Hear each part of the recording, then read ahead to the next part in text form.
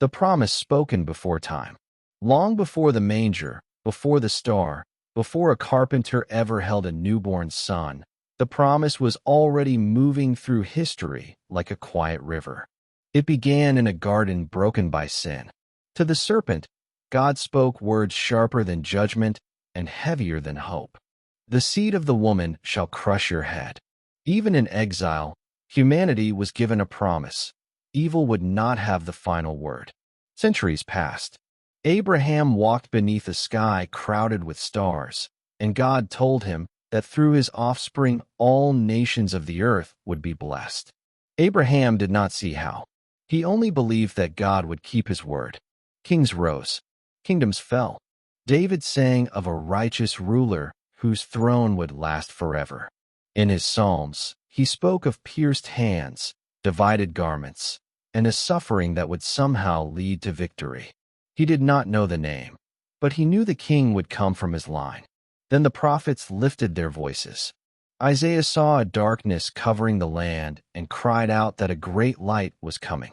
A virgin shall conceive, he declared, and bear a son.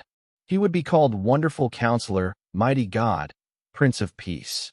Not a conqueror with chariots, but a servant who would bear the sins of many. Micah spoke next, pointing not to a palace, but to a village barely worth mentioning. Bethlehem.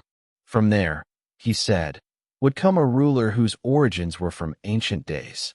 Generation after generation passed these words down, around fires and synagogues, whispered in exile, clung to in suffering. Empires tried to bury Israel's hope, but prophecy does not rot in the ground. And when the time was full, the promise did not arrive with thunder. It came as a child. Heaven had spoken long before the world was ready to listen. And when Jesus finally entered history, he did not come as a surprise. He came as the fulfillment of every word God had ever spoken. Prophecy had become flesh. Hope had taken a name. And the long night was finally breaking.